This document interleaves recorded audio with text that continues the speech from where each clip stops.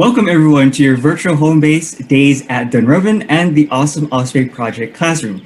This is Michael Academia, your lead researcher. We have a very special day today. We have two parts, two guests, one representing a coastal region and the other guest representing an inland mountainous region. Please participate in this live broadcast by typing in your comments and questions in the awesome Osprey Project Classroom chat on the website. And if you're having difficulty in finding that location, folks there will lead you to the right spot. Up first is Ben Wurst, who is the Habitat Program Manager with Conserve Wildlife Foundation of New Jersey and representing the Osprey pair at Barnegat Light. So when I grow up, I want to be like Ben.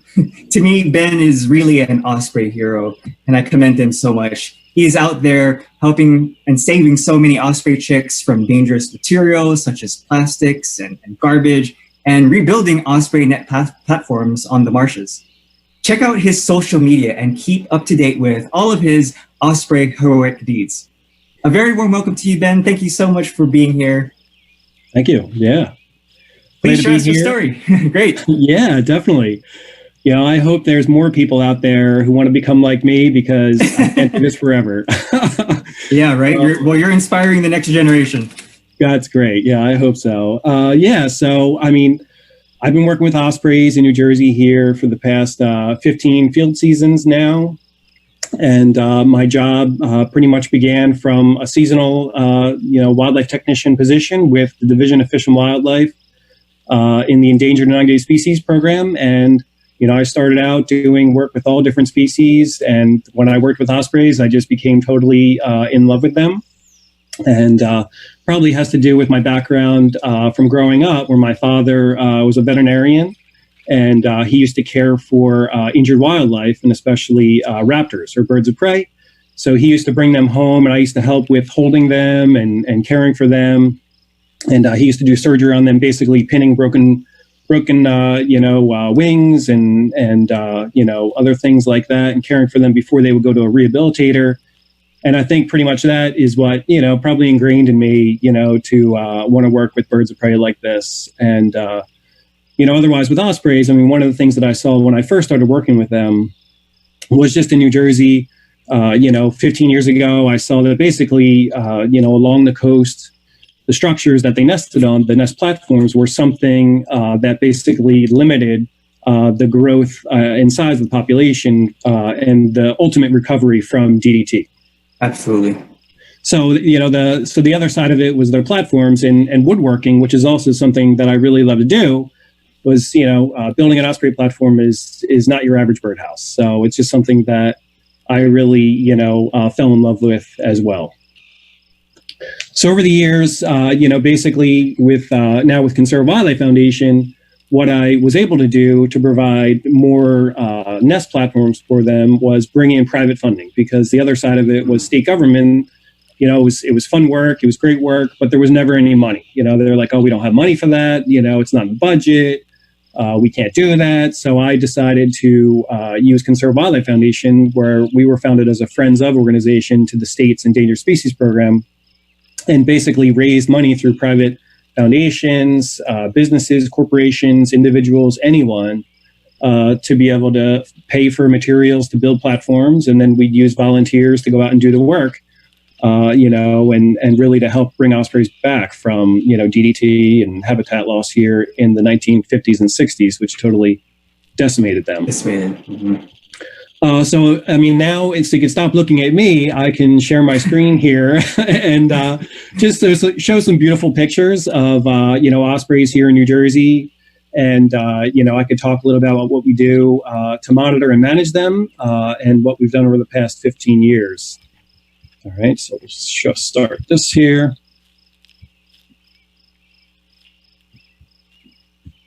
So bear with me here. All right, so I hope everyone can see that well. That looks good. Looks great. Yeah, definitely. So, here in New Jersey, I don't know about anywhere else, but we kind of refer to ospreys as the unofficial bird of summer, because when they arrive, it's cold and, it's kind of dreary and wet, and it's spring, and sometimes we could still even have snow when they arrive back in late March and early April. But when most ospreys arrive, in New Jersey, it's like 1 second it goes from winter and the next second it goes to summer, and it gets really hot, and ospreys are laying eggs and incubating everything. So they're our unofficial bird of summer. So kind of what we do. I guess I could talk a little bit about ospreys here. So basically, like I just said, they arrive back from their wintering grounds here in late March, early April, and they return to the same nest site year after year, which we all know. The population now, which we have, is probably close to 700 nesting pairs, and most of them nest throughout the whole coastal region of New Jersey. And if anyone's ever been to New Jersey, pretty much we are mostly surrounded by water along the whole Atlantic coast, the Delaware Bay to the south, and the Delaware River on the western side of the state. So there's plenty of different areas for ospreys to nest and where we have nesting colonies.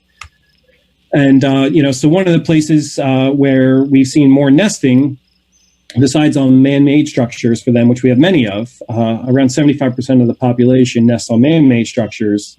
Over the past, 5 plus years, we've seen more birds occupying, natural nest sites, like this one right here. And this is actually not too far away from Barnegat Light, where our osprey cam is, where we've had a pair nesting on a sandbar. And if you've ever been in New Jersey in the summer, sandbars are a pretty hot spot for boaters and, anyone looking to get away from all our busy beaches and crowded beaches on the Atlantic coast. But in the Bay, this is where they go to these sandbars. And so you can just imagine what these ospreys must face, in the form of human disturbance and stuff like that. But these birds have been able to successfully nest and produce young at this nest. That's incredible. That's a beautiful nest. Oh, yeah. And this year, it was kind of sad starting off the season. I went out to go and pass by this nest by boat. And, there was no nest. And, the snags, or dead trees that kind of wash up on the sandbar kind of moved around. And they had to totally build a new nest. But they did. But I don't think that they're having any young this year because they had to totally start over. And there was nothing for them to do or nothing for them to nest on. So they got a late start, I guess. So, but we will see. So like I mentioned, otherwise ospreys in New Jersey, most of them nest on these man-made structures, these nest platforms that were designed for them back in the late 60s and early 70s, where, the majority of our birds nest, especially along the Atlantic coast of New Jersey. And these are just structures that give them their best chance of raising young. I mean, I was just texting with one of my volunteers about a nest that she thought had fallen over. And I was looking in to see where it was to see what we could do. And lo and behold, I think it's just a new nest on the ground. And they're nesting on a dock. So we see more and more birds nesting on other structures like that are, opportunistic for them. And these happen all over the place. And maybe I have a picture here too of the pair that, that nested on an abandoned crab pot that washed up on the marsh. Wow, really? Jeez. Yeah, prime real estate, right? They need more places to build their nests. Oh, definitely. But one of the things, we've kind of done over the years, I mean, I've installed close to 200 nesting platforms for them in New Jersey. And people still ask if we want to, keep installing more or if we can install another one at a certain location. And generally, we've been wanting to see more nesting in natural structures, like this one right here, where they've been nesting in a dead tree up on Barnegat Bay, which is to the north of Barnegat Light, like this for years and successfully. And every year we've been seeing more and more birds nest in places like this, which is just great to see. Because it takes a lot of, effort, too, for us to go out and maintain those structures, during the non-breeding season. That's right. So we all know what ospreys eat. They eat fish, right? For the most part. I guess they can take other prey in different areas, but here in New Jersey, we pretty much only see them foraging on fish. I think some of the main prey items, which we've even seen at Barnegat Light, are no surprise. That's menhaden and flounder. And occasionally I saw like a pretty big striped bass. I don't know if you saw that, Michael, but it was crazy how big it was. I couldn't even believe it. But those are pretty much the main prey items that we see. But then we can get some catfish in different areas and other small, spawning fish. We've seen shad. How is the fishing pressure with the menhaden there? I mean, actually, a good friend of mine is actually a commercial fisherman who fishes from Menhaden. Oh, And I just got 50 pounds of fish from him too, just the wow. other day to bring to nests this summer when we do surveys. But from just talking with him, I mean, I don't know how many fishermen there are that actually fish from Menhaden, but there's plenty of fish out there. I mean, what I really worry about is when the omega protein boats roll up the coast here. That's the one. Yeah, yeah, right. The private commercial fishermen, the family owned ones. Yeah, they're cool. But then when you have like a foreign fishing company coming in, that's when the red flag is definitely alarm. Right. Yeah. I mean, yeah, small commercial fishermen, they're not taking they're the whole school. More than Right. that. There's fish who are escaping. So they're leaving some, for whales or striped bass or bluefish or ospreys to eat, where omega protein or other big, purse seiners, they're taking everything. I mean, Right. there's like only a couple fish left behind. So, but New Jersey, that's one of the things that I've kind of said, I'll just keep showing pictures here as I keep talking. But yeah, so kind of what I've observed in New Jersey, as far as fish, and we know that ospreys, generally, they're successful more when prey is abundant, right? Or they'll have brood reduction, and we've never really seen too much brood reduction in New Jersey. And I think I mostly attribute that to just our, the geographic location of us and our coastline. So we have a very long coastline. I believe it's a little over 150 miles, and a lot of that has a lot of small estuaries. So besides having all of these ocean fish, or prey, which is your menhaden and bluefish or striped bass, then we have these back bays, and then we have a whole different, spectrum of different fish that they can prey on, like flounder or other smaller species that come upstream to spawn as well, like haddock and herring and everything. So we have a whole plethora of species. And then if you go even upriver, even more in some places, like the Mullica River is a huge estuary on Great Bay here, and that's south of Barnegat Light. And that's where we have catfish upriver and everything. So there's really, great spectrum, of prey for them to be able to forage on, to be able to feed all of their young. So we're at an advantage for ospreys here. And we've definitely seen that with the growth of the population over the years, where, it went from when I started working with them, I think it was around like 400 nesting pairs. And now we're close to 700. Wow, that's great. I could even, I guess, share like an actual Google Earth map here, where I could zoom in. But this is kind of just an overview where you can see all of our nests. All those little osprey heads are nests everywhere. And you can see ospreys pretty much line our entire coastline. They're everywhere. I think you could basically go along the whole coast of New Jersey, and if you don't see the osprey, well, then there's something wrong.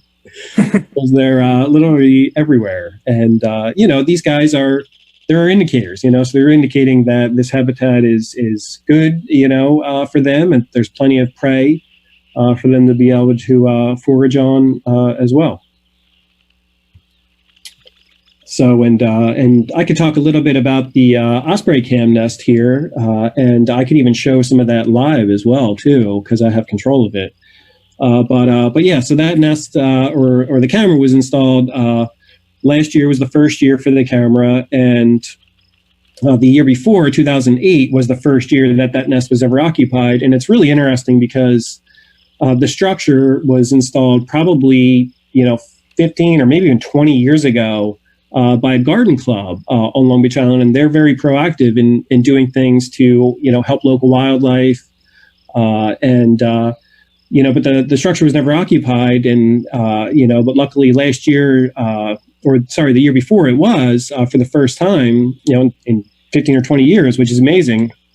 So that's where we kind of use it as a place to put this camera, more so just to, build on our osprey watching community that we built in New Jersey, because, it was what year was it? It was, I have to think back here, it was 2013 when ospreys, they've been doing so well that we stopped doing an annual census for them via an aerial census, I guess. So the state used to do that with a helicopter, and they'd fly the entire coast of New Jersey, and you can imagine doing that and trying to count every single osprey nest. Well, now there's probably too many ospreys to do that. It'd take you a long time. But instead, we basically mapped all of the nests that we have in New Jersey on ospreywatch.org. And basically, something like this, a camera, is how we can, engage these people and get them to learn more about ospreys and know they're not eagles.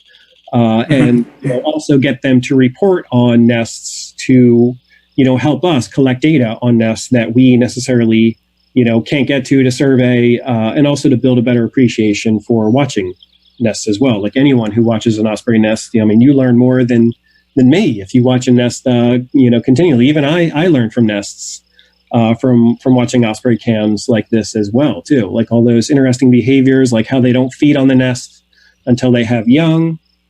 And even just like how the young males kind of mantle more and guard their prey before offering it to females.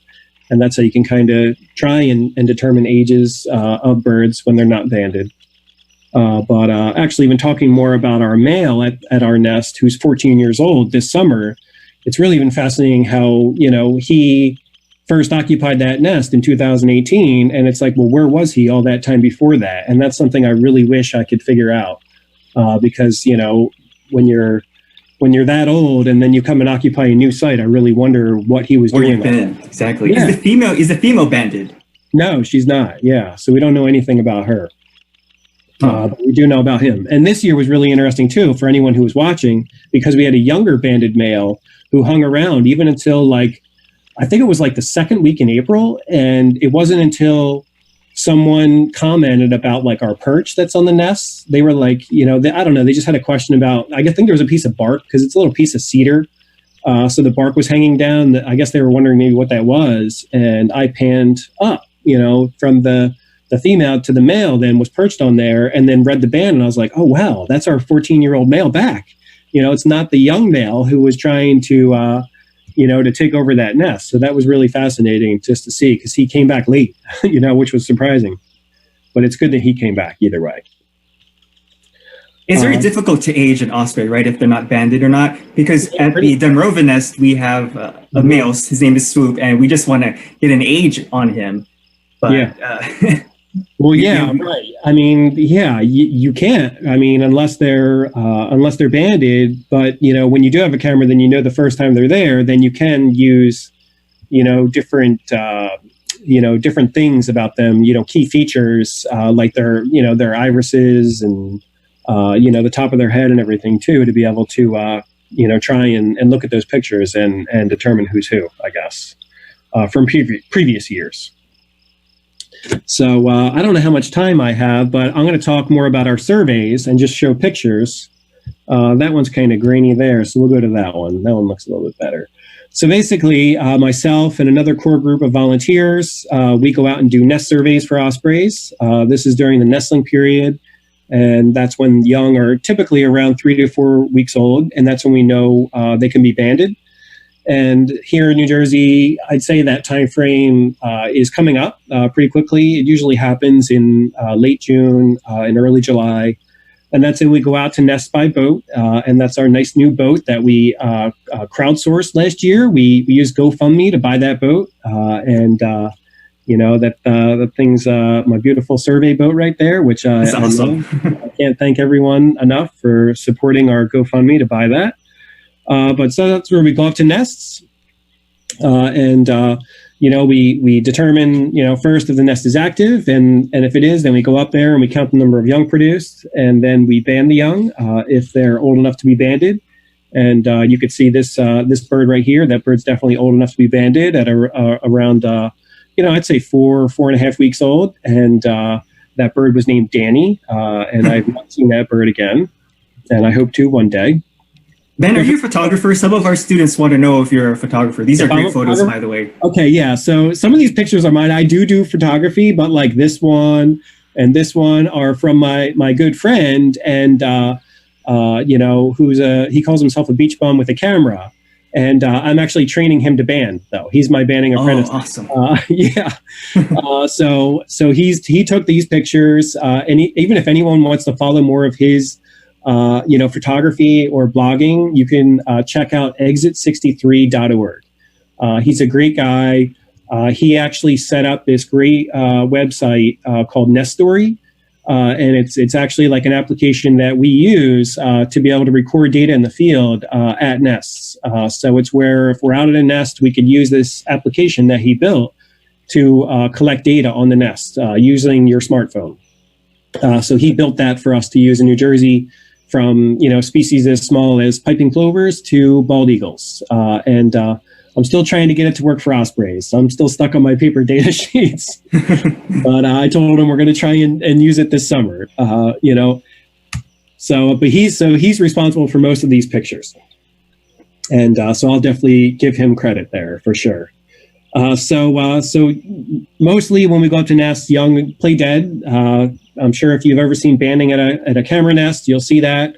And then some people, though, they get freaked out if they're watching live. They're like, "Oh my gosh, you killed the babies! They're in there." And no, like they're still there. They're blinking, right? You can see their eyes. And you can see this nest here is pretty cool, where there's 4 big, healthy young, which is pretty rare here. We don't get many nests where you see 4 young, and that's very impressive. And they do play dead. I think the scientific word for that is called thanatosis. So that's a really cool word to remember, thanatosis. But they're just playing dead and they're totally fine. Yep. Yeah, there you go. Yeah. So that's another scene like this, where the bird is just relying on its cryptic coloration like that to be able to lay low and, avoid detection. And there's no way, I'm going to be tricked by that for sure. So, but we are not there to hurt them. We're there to help ospreys. And like this nest right here, this was the sandbar nest, actually. This was a couple of years ago as well, when it was occupied and successful, being on that busy sandbar.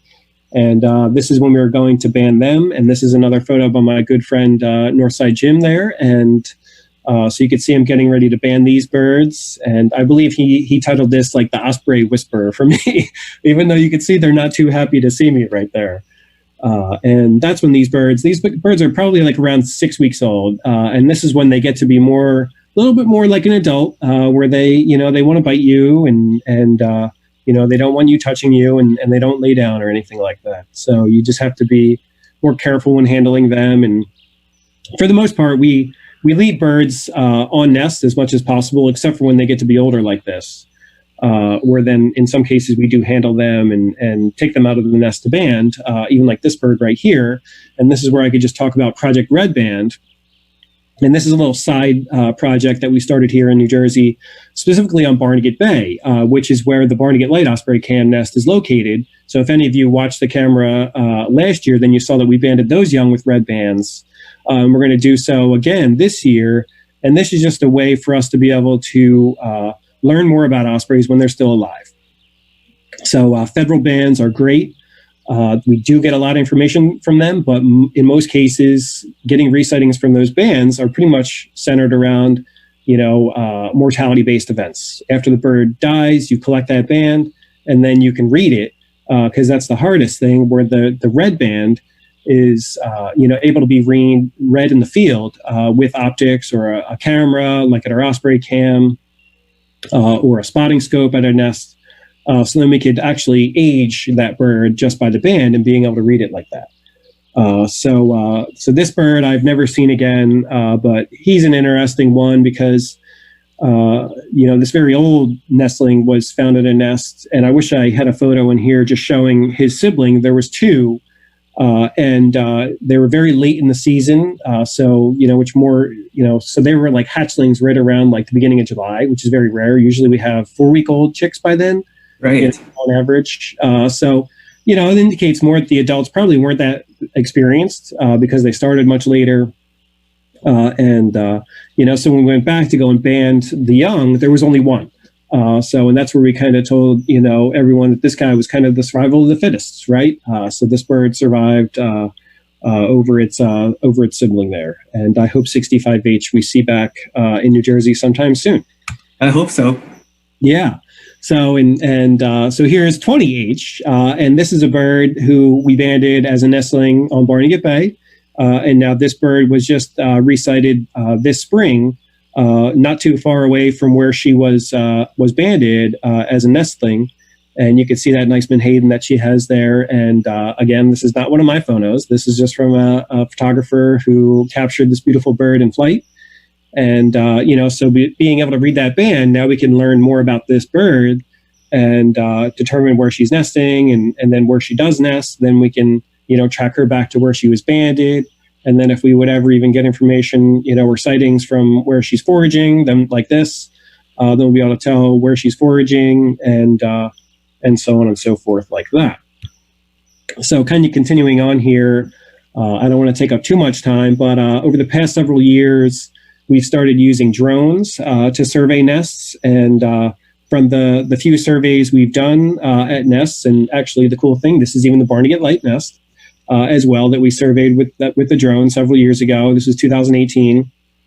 So drones are actually really great. They're a great tool for this where we're not introducing disturbance if the operator of the drone is not going too close to the nest. And this is something that myself and my apprentice, Northside Jim, have been testing. And we're going to go do some flights pretty soon now once we get some bigger nestlings, like you could see in this nest right here. But that's the really critical factor is just making sure that you don't get too close to the nest to, cause the female or the male to become alerted. This is superb. Yeah, there's some video on YouTube where actually some falcons are like taking down some drones if they get too close. So I'm glad that the Ospreys are okay with it. Yeah, I mean, and one of the things, and my buddy and apprentice, Northside Jim, there's a great article that he wrote for Audubon Society, National Audubon Society, came out last year about using drones for wildlife photography, and specifically used photos that I took of osprey nests in New Jersey, because you want to kind of promote the use of this, but you need to be careful because you don't want just any person with a drone to go and fly over an osprey nest to get, hey, I want to get pictures of the birds. Well, they should never be used for that. We are permitted, in New Jersey to do this on state land where many nests are located. And, I'm a commercial pilot for, the FAA. So, I take safety very highly, with doing this sort of work. And, basically, you can do this, but you never know how the birds will react. I mean, some nests I've done it and they don't even pay attention, like at this nest right here. And other nests I've done it and the birds freak out, when I get anywhere near it. So it's really something that we hope to survey more nests with. But when used properly and you don't get too close to the nest, I think it's a great tool for us to be able to determine, how many nestlings there are in certain situations. So it's just another great tool in the toolbox, I guess. So kind of continuing on here, I definitely wanted to talk about plastics, being from a state that has, we are the most densely populated state, New Jersey. We have a lot of plastics for sure. So we see this in osprey nests. We know ospreys collect nesting material from the salt marsh, and a lot of that is from the edges of the salt marsh or where we have the rack line on the marsh where debris and plastics wash up. So over the years, we've seen lots of different things, wind up in osprey nests, and, you name it, we've probably found it in nests, like birds incubating tennis balls or having boomerangs in nests. And there's a big craze on, American flags that we've seen in nests. And when it gets concerning is when birds get entangled in the plastic debris. And I know out west, there's more problems like baling twine from farms and everything. And here we have more, rope and ribbon from balloons. So people just releasing balloons. And if anyone, follows us, then I'm sure you saw just a couple weeks ago where there was a nestling that had a plastic bag over it. And I almost had to tear the plastic bag to get the nestling out of it. So that was just another scary thing. When I do things like this, and this nest right here, this is a nest with another camera. This is at Island Beach State Park. So that's where I just kind of tell people hey, at least we have the camera to be able to watch the nest. Because I can only just imagine how many other nests are out there where we don't have a camera and they're remote. So we only visit nests for the most part, maybe only once or twice during the year. There's no way to know if there's some kind of trouble or something like this going on. And then we have other instances, like this was me last year, going and hanging out of a large oak tree because an osprey got wrapped up in some kind of crabbing line and was dangling from a tree. And this is where I'm really happy to have a friend who's an arborist who taught me how to climb trees. That's impressive. Yeah, where I had to cut a branch that had the twine wrapped around it with a pole saw, and then the bird dropped down to another lower branch, and we freed him. So that was another scary incident. And then this was one several years ago where a nestling actually had a gill net wrapped around its neck, which was tied down to the nest.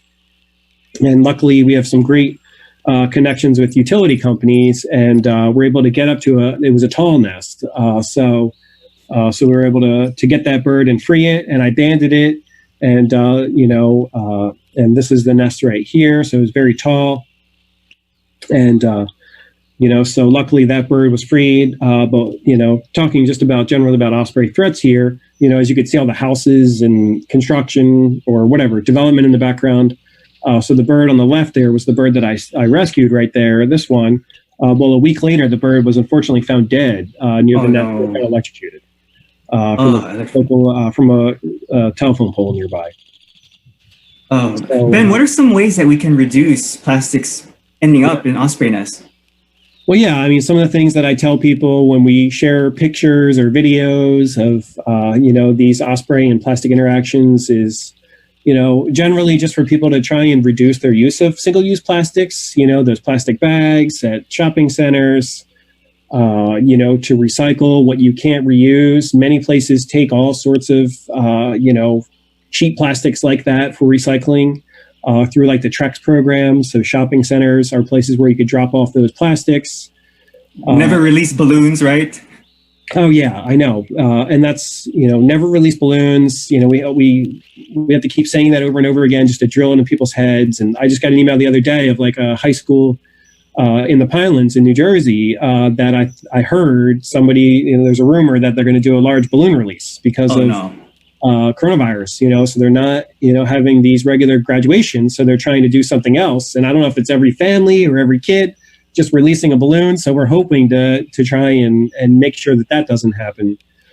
And the other thing is really, and many people, they might want to help, and a good way is to go out, to coastal areas or other areas near where ospreys nest, near shorelines or waters, and pick up, plastic when you see it. I mean, that's the first step in making sure that it doesn't wind up in a nest, and an osprey gets entangled there. So those are some good steps right there. So I just wanted this is a photo just to kind of, showcase some of our great volunteers. I mean, I'm just one guy. I couldn't do everything that we do in New Jersey with ospreys without all of our great volunteers. And a lot of these guys are retired folks or guys who are just self-employed, and they just love helping ospreys. And like me, they love building things. And, we have a lot of fun doing what we do. And it really would, we wouldn't be where we are without them. So that's where I really like to always give them praise. Oh, absolutely. Yeah. So here's just a graph or a chart here, if you could see it. And if anyone wants to really dive into what we do with ospreys in New Jersey, I would definitely suggest you check out our website. We have lots of information.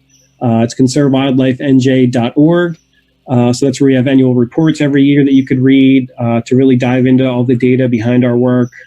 And this is just a couple last slides here, just showing data from last year. So this is the survey results from last year, where we found 669 occupied nests, and 932 young were produced from 488 of those. And we banded around 31% of young. Every year we're banding less young, with concentrating more on banding birds with red bands. And there you can just see our productivity rate, which is just a measure of the health of the population. And that's really good. So that's really high. I think 0.8 is the minimum to maintain a stable osprey population. Yep. So bravo, you're doing a really good job over there in New Jersey. Yeah, thanks a lot. Yeah. So let's see if I could stop sharing here. We do have a question from the chat. So do you run public service announcements on TV or social media to show the effects of the plastics and the rubbish? I've never really, we don't have a budget for stuff on TV. I wish. Actually, that the plastic bag incident, I did talk with like a reporter from NBC News in Philadelphia. The sad part was that it didn't get like primetime airing. It was like right at the end of the show. And it was like even after the sports. If you know, like local news, it was like towards the end. So, I don't know. I guess it just wasn't a priority for like the producers, but it was also on, like, I do know some people who do have like other bigger, like kind of like Facebook, like news groups where there's like, a couple 100,000 people that follow them, where they did post a story about it. Like WHYY is one. So I always try to use those opportunities to raise awareness for plastics like that. And I made a short little video of the nest last week. And, when I have time, I try to do that with every single encounter like that as well, too, just to try and do every little bit we can. To educate people and try to get them, to do something. I mean, if we all do a little, then it adds up. It does. I have a couple more questions before I let you go. So there's going to be some changes to the Migratory Bird Treaty Act. And as such, some of the active osprey nests are in danger. So states like Virginia are taking steps to protect birds from commercial projects, industrial projects, open oil and gas pits, and especially communication towers and power lines that create direct conflict with ospreys and other birds. These steps would require developers to obtain permits to authorize unintended disturbance of protected birds. Will New Jersey have something like that on a state level to further protect ospreys and other birds? Yeah, that's a great question. So right now, ospreys are currently listed as threatened during the breeding season in New Jersey. So they're still protected by the state's Endangered Species, Conservation Act. So right now they have that protection. But going ahead in the future, I already know that ospreys, the rule change for them has already been voted on and approved, where they're going to be changed to stable. So they're going to be taken off the endangered species list.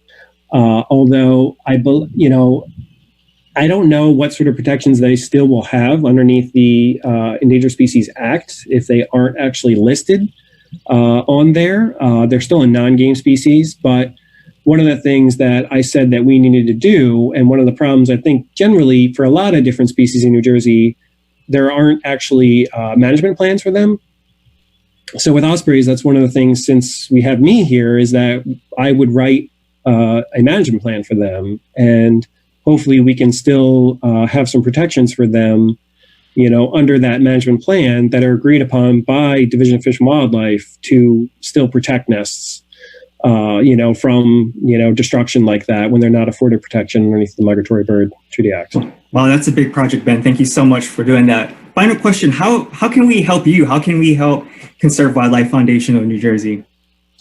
Yeah, I mean, so one of the biggest things, I guess, is money. Right. For donations. I mean, we're a nonprofit organization, so we rely a lot on the support from many to help do what we do. And so if anyone can afford to donate to our organization, then whatever you can afford, if you're able. We'd love that support, and especially even to help us maintain the Barnegat Light Osprey Cam and even improve on that as well, too. So anything you could do would be much appreciated. Thank you so much, Ben, for being here. Such an honor. I commend all of the hard work that you're doing. I know you're busy, so you don't have to stick around for the rest of the broadcast because you're out there saving ospreys. So keep up doing the good work. Really appreciate it. Yeah, I want to hear what's going on out west too, for sure. Oh, yeah, definitely in Colorado. So, yeah, thanks everyone for sticking around. Our next guest is Janet Urquhart, who is the Stewardship Outreach Coordinator with Open Space and Park Trails. And thank you so much, Janet, for sharing your story on the osprey pair at your location near the Roaring Fork River. Yeah. I must say, talk about healthy rivers, right? So while watching the nest cam, everyone's impressed with not only the amount of fish being delivered to the nest, but also like how big they are. Even like the bluegill fish are like huge. So you're doing something right at Pitkin. So we'll discuss that bluegill. Okay, so let me go ahead and share my screen, and I have the presentation to show folks. Let's see here. Yeah, so Here we go. How's that? Is that clear for I see it. everyone? Great, So Pickett perfect. County in the red, of course, on the western slope of Colorado, mountainous. Aspen, the ski resort, is the county seat. And you want to switch down there to Emma Open Space, right on the northern border, about 20 miles northwest of Aspen. It's the entire Roaring Fork's about 70 miles. The headwaters are on the Continental Divide, southeast of Aspen, flows down 70 miles to the confluence with the Colorado River. And Emma Open Space is in a place called Emma, and if you drove by it, you would not know you're in Emma. You want to switch it? Yeah, that's gorgeous. Yeah, I did some more research about Emma and the pictures there. I mean, this place should be called heaven. I mean, Aspen is just Emma gorgeous. Open Space, it's about 75 acres. Pickett County Open Space and Trails was founded in 1990. Voters voted in a property tax to buy open spaces and conserve lands. Wow. And now all that green space you see, a lot of it is occupied by a very successful young farmer who's growing organic vegetables. Fantastic. Where's Maroon Bells? Like I did some research on Emma. There's a place called Maroon Bells. Are you near there? That's outside of Aspen. It's actually 20 miles back up the valley. This open space is divided by Highway 82, which you can kind of see over there on the right side. And there's about 12 and a half acres is on the opposite side of the river. That is also where our Osprey nest is. And you'll see that big white spot. That is a historic building. You can see kind of another building next to it. And you want to switch slides. This is part of what makes this property special. These buildings date back to the late 1800s, and they're not like much else in rural Pitkin County. So when we bought this property, the first thing we did was save these buildings from collapse, and they were pretty close. And then beyond that white house, I don't know if you can see it because on my screen I have people, is the Osprey nest. So you want to switch again. There. So 2010, a couple of Osprey. We think one Osprey couple showed up, started a nest, gave this site up for a different one, but another couple showed up and started work on it. Well, this pole happened to have 3 live wire lines on it. Oh, gosh. Holy Cross Energy, our local energy cooperative, disabled 2 of the 3, but couldn't get rid of the third one, which is carrying like 14,000 volts of electricity. So we're talking not only a dead bird, but a big power outage if they were to touch one of that one live line. Yeah, potential fire risk.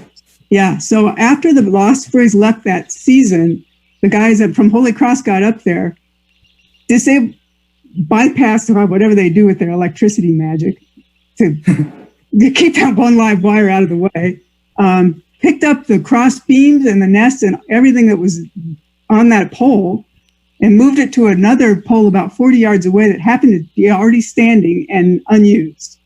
Wow, so that's a lot of work just to accommodate the Ospreys. I really commend that. They've done this several times. When Ospreys start messing on their power poles, they really step up. So shout out to Holy Cross for sure. Yeah, thank you, Holy Cross. Yeah, next slide. Ospreys return the next year. They either didn't notice the move or they didn't care.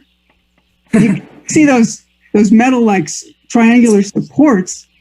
You won't see those at that nest now, but they're there. But every year they add. Oh, yeah, they just probably like 2-3 feet high now. Then you need to go clean them. Yeah. So what happened between 2011 and 2015? Nobody was really paying attention. They came, they did whatever, they left. But 2015, late in the season, Open Space and Trails, along with a few other entities, a nonprofit called Aspen Center for Environmental Studies, Healthy Rivers and Streams, which is another entity of Pitkin County, and our Information Technology Department, which is kind of integral to keeping this camera working, got together, bought a camera, and Holy Cross stepped up again, put up yet another pole to hold the camera. And so starting 2015, we had an Osprey cam. You want to switch slides, Michael? So this was December 2015. We put up the cam. These are the very first pictures ever taken. You can see the white historic house there. Where that road where the trucks are parked is well, it serves as the driveway to the house, but that's all. Its only other use is as a bike and pedestrian trail. It's the old road up and down the valley that was replaced by the highway that you can see in the distance there. So you can walk like right. I'm actually happy to see this view because we don't get this view on the camera. It's just closer to the nest, and I didn't know there's a road there. Sometimes I see people walking in the back, and like, why? What are you doing there? Everybody wants it zoomed in, so yeah, you don't see this view. So next slide. Oh, I'm sorry. We put it. I just want to see where the river is because you cannot see it from that upper bench at all. Right. But there's a very steep slope from where that pole is located down to the river. You can see the osprey nest, the pole next to it, that big white one is the camera pole, and then the one farthest to the left is still the utility pole where they started. So down, one more slide. 2016, they lay 2 eggs, nothing. It was a bust of a year. Everybody was all excited. We put up this camera. We got news. Just unviable. The whole thing. Yeah. So, and the poor female sat there. She never hatched any eggs. And the camera had trouble. We finally took it down in July. It was on the fritz all the time. Bought another camera. 2017, we put it up. Success. These are the first 2 hatchlings. Everybody gets to watch on the Osprey cam at Emma. And at 2018, 2 more fledged. 2019 was the first and only time so far we know of there's ever been 3. So that was pretty cool. That's a very super successful year, Yeah, that's great. Right. Yeah. As you can see in the background there, what's going on is that was an old historic orchard, and there's a group trying to plant more heritage fruit trees in that field back there. So what's next? Oh yeah, the river. The river. The Roaring Fork River is about half of its length, I would say, is what Colorado calls gold medal trout water. That means at least you have 60 pounds of trout per acre and at least a dozen fish of 14 inches or longer per acre. That just gave me the goosebumps. I'm an angler and I love fly fishing. So just tell me more. Well, it's catch and release. So the ospreys, we have to put them back. So there's plenty for the birds. This is my fish. I happen to like that it's bigger than the ones on the next slide that the osprey caught. But this is what you guys are looking at.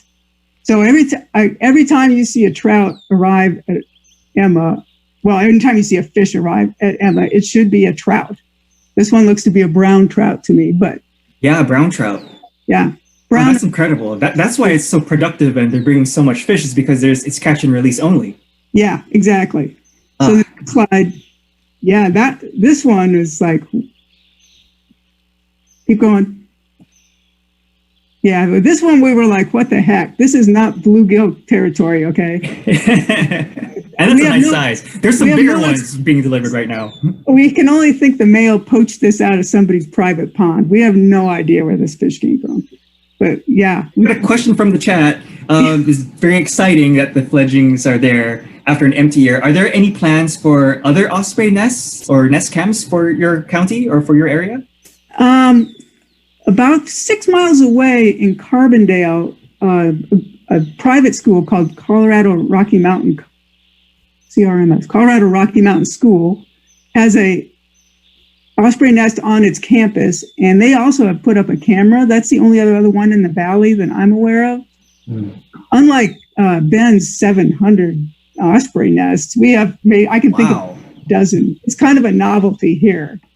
So, no, I don't know of anybody else who has plans, except the 2 that I know of in the valley where there's a camera.